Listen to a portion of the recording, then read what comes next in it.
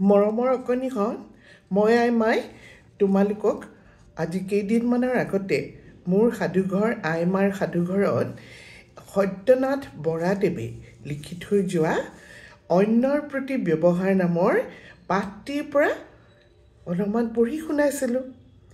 তোমালোকে চাগে পঢ়ি শুনিলা সেই ভিডিঅ'টোৰ কথাখিনি, আৰু ইমান যে সুন্দৰ গোটেই পাঠটো মই খণ্ড খণ্ডকৈ পঢ়ি যাম বুলি তোমালোকক কৈছিলোঁ।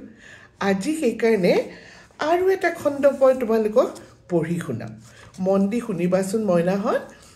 এনেধৰণৰ কথা বাৰ্তাবিলাক যদি আমাৰ মাজত বেছিকৈ প্ৰচাৰিত হয়, আমি এই বেয়া দিনবোৰত নিজকে শুধৰাই ভাল পথেৰে আগবাঢ়িবলৈ চেষ্টা কৰিম। ব্যৱহাৰ হৈছে মানুহৰ চৰিত্ৰৰ এটা প্ৰধান গুণ। আমাৰ ব্যৱহাৰতেই প্ৰকাশ পায় আমিনো কেনেকুৱা ধৰণে ঘৰখনৰ পৰা শিক্ষা পাইছোঁ, আমাৰ সমাজৰ পৰা শিক্ষা পাইছোঁ, আৰু আমাৰ শিক্ষা অনুষ্ঠানবিলাকৰ পৰা আমি শিক্ষা পাইছোঁ। শুনাচোন, মই আজি অলপমান পঢ়ি দিওঁ সেই পাঠটিৰ পৰাই। মাজে মাজে এনেকেই মই এই পাঠটিৰ পৰা পঢ়িম, আৰু এই পাঠটিৰ পৰা তোমালোকেই নহয় কণমানিহঁত, তোমালোকৰতো এতিয়া শিকাৰ বয়স, আমাৰো কিন্তু শিকিবলগীয়া আছে। আমাৰ মাজত থকা ব্যৱহাৰ, আমাৰ আনৰ প্ৰতি দৃষ্টি, আনৰ প্ৰতি কথা কোৱাৰ ধৰণ, এইবিলাকো বয়স হ'লেও আমি সলোৱাটো উচিত। শুনাচোন, পাঠটি মন দি পেলাই মই অলপমান পঢ়ি দিওঁ তোমালোকক, শুনিবা দেই মইনাহঁত। অবাবত কেতেৰা মাত মাতি মানুহৰ মনত বেজাৰ দিয়া অযুগুত, কিন্তু নিৰ্বোধ খিংখিঙীয়া মানুহে ভৱিষ্যত নুগুনি কেতেৰা মাৰিহে মানুহৰ লগত কথা কয়। এই শ্ৰেণীৰ মানুহৰ শত্ৰু সৰহ। সিহঁতে মনে জানি কাৰো অহিত নকৰিলেও কেৱল কঠুৱা মাতৰ দোষতে সকলোৰে চকুৰ কুটা যেন হৈ পৰে। সিহঁতৰ গাত লক্ষ্য গুণ থাকিলেও অকল তিতা মাতেই সকলোকে ঢাকি পেলায়। তিতা মুখে মাতিলে সহস্ৰ উপকাৰ মানুহে একে তিলে পাহৰে। অৰ্বুদদানৰ ফল একে নিমিষতে লয় হয়। সেই দেখি জ্ঞানীসকলে দানত বিনয় বিধান কৰিছে। বুজি পাইছানে মইনাহঁত? বিনয়ী হ'বলৈ কৈছে। জ্ঞানী লোকে কৈ থৈ গৈছে, আমি যদি কাৰোবাক কিবা এটা বস্তু দিওঁ দান হিচাপে বা উপহাৰ হিচাপে, সেই উপহাৰটিৰ লগত মৰমহে থাকিব লাগে, তাত অহংভাৱটো থাকিব নালাগে। বিনয় মানে হৈছে নম্ৰতা সহায় কৰা দানহে পুণ্যত আহে।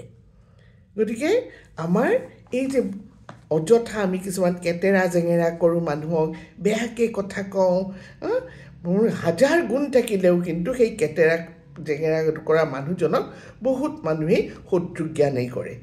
বহুতক উপকাৰ কৰিলেও কিন্তু মুখৰ মাতষাৰো মিঠা হ'ব লাগে। ইয়াকে কৈছে এই পাঠটোত। আৰু অলপমান পঢ়ি দিওঁ, হ'ব আজিৰ কাৰণে। নম্ৰতা সজ ব্যৱহাৰৰ অনুপান। উচিত অনুপানেৰে ঔষধ খালে সি বেছি গুণ দিয়ে। সেইদৰে সজ ব্যৱহাৰত নম্ৰতা মিহলালে তাৰো উপকাৰ সৰহ হয়। দম্ভালি কথা মানুহৰ কাণত কাঁড় ফুটা দিয়ে। সেই দেখি আনৰ লগত আলাপ আচৰণ কৰোঁতে দম্ভালি এৰি নম্ৰ হোৱা উচিত। বহুতে ভাবে যে লোকৰ আগত নম্ৰ হ'লে নিজক সৰু বা লঘু কৰা হয়। এই বিশ্বাস একেবাৰেই ভুল। নম্ৰতা ডাঙৰ আশয়ৰ চিন। তাৰ পৰা আশয়ৰ উচ্চতাহে প্ৰকাশ পায়। নম্ৰতা এটা মনৰ গুণ। মিঠা মাত তাৰ ফল। মনত নম্ৰতাৰ ভাৱ থাকিলে মুখেৰে আপোনা আপুনি মিঠা মাত ওলায়। মনত অহংকাৰ ৰাখি মুখে নম্ৰ হ'লে মানুহক চল কৰা হয়।